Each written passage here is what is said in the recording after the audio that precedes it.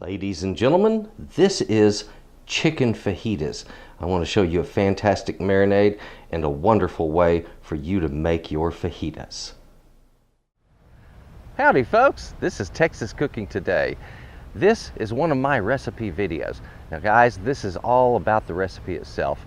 If you need more information on the techniques used or methodology or anything like that, please take a look at the next episode after this one, and that's going to be a full-on tutorial for this exact same recipe. And folks, thank you very much for coming to Texas Cooking Today and for watching this video. Now let's get in the kitchen and cook up some delicious food. Come on.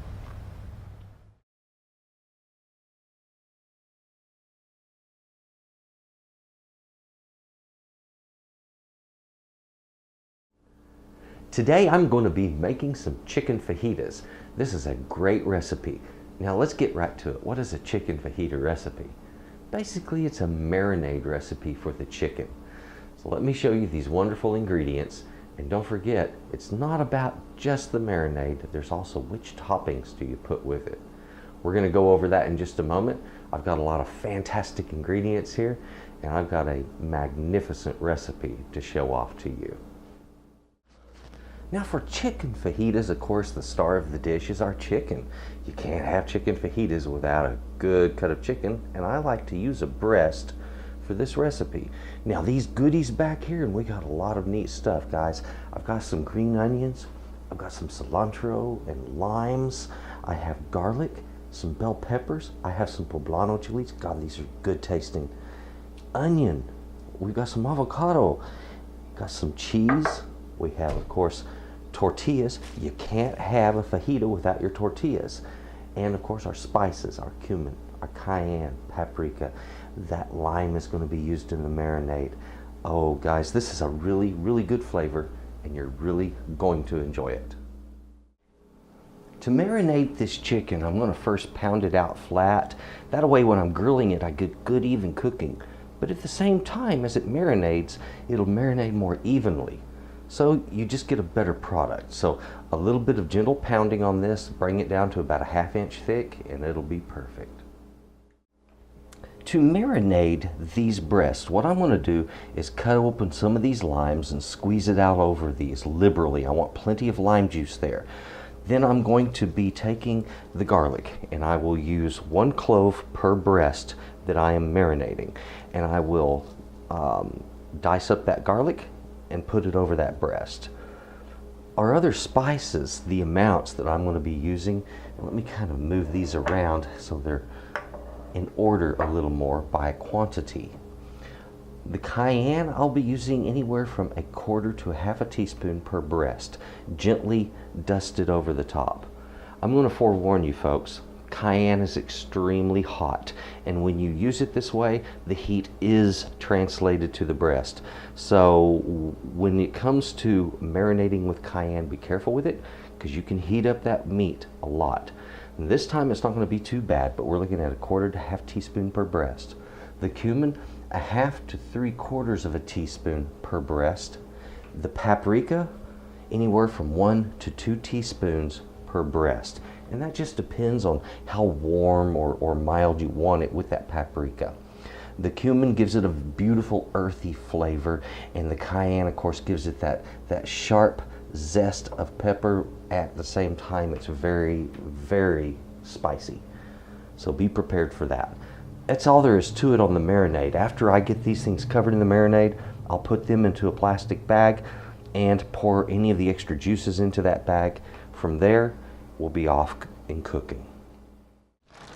I have my chicken and the marinade all together. I have put it down in this plastic bag, and I'm just going to seal it up, and I'm going to put it down in a bowl to concentrate those juices around the chicken. There we go. I can put this in the refrigerator, give it about anywhere from 1 to 3 hours on your marinating time. I find that about or a good in between there, 1.5 hours, to be perfect for my personal taste on this one. Now folks, I need to get these bell peppers and this poblano chili prepared for slicing, and what I do to prepare these is I first scorch the skin on them, and that helps me to remove a lot of the skin It gives a wonderful flavor to the chili itself. It's very good. And it makes the chili a lot nicer to eat because there's no skin on it later on that gets in your dish. Nothing worse than picking a piece of chili skin out from between your teeth when you're trying to enjoy your meal, right? So let's get on with scorching the skin and getting it washed off. Okay guys, once you have your chilies charred, go ahead and get them all washed off. You can pick this off just by hand or with a paper towel, you know, just really simple, just like this, and you'll retain more of the flavor, but frankly, the washing method will go a lot faster for you. So either way works. Then after that, we're going to remove the crown, de-seed them, and we're ready to slice. Now guys, once you get that skin all taken care of, it's time to get those chilies all sliced up. Okay, we have our chicken on the grill. Get it cooked up. You're going to be talking about 6 minutes per side at the most. We have all of our vegetables ready. The meat is in off of the grill. I'm heating that skillet up now. You need that really, really hot, guys, so you can get a good sear on your vegetables. Start with the onions. Remember, the peppers have already been par cooked, so it doesn't take as long. Get those seared up, and when they're nice and cooked, they're ready to make fajitas. Yeah. Oh, isn't that gorgeous? We have beautiful vegetables for these fajitas. I must admit, the very best part about making chicken fajitas is getting to enjoy them when they're ready. Guys, oh yeah. Come here.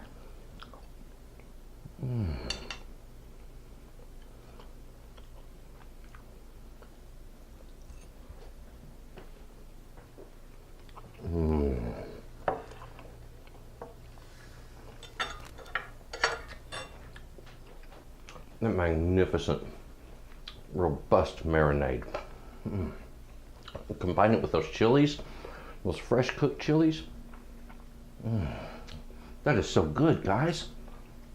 The sweetness from the fresh chili slices that have been seared at a high heat, and the same way with those onions, goes so well with that strong, savory bite that the chicken has. You're really going to enjoy this one. This is a magnificent recipe. Please give it a try. Thank you. Thank you very much for watching this show, for watching Texas Cooking Today. To my subscribers, ladies and gentlemen, thank you very much. I appreciate you subscribing. I appreciate you watching. And thank you again. If you haven't subscribed, do so. Click the little bell. If you enjoyed this, please click the like button. Drop me some comments, and I like that. And thank you very much, folks. You have a good day. And please have a good fajita celebration. Bye-bye. There it is, folks. Another beautiful recipe. Guys, once again, if you didn't find out what you needed to know in this particular show, the next video, my next episode, that's a full-on tutorial for this same recipe. But for now, I would like to say thank you very much for watching. If you would, please click that subscribe button. Take a look at my channel. There are a lot of videos there, a lot of recipes. And folks, if you would, please, just have a good day also. Bye-bye.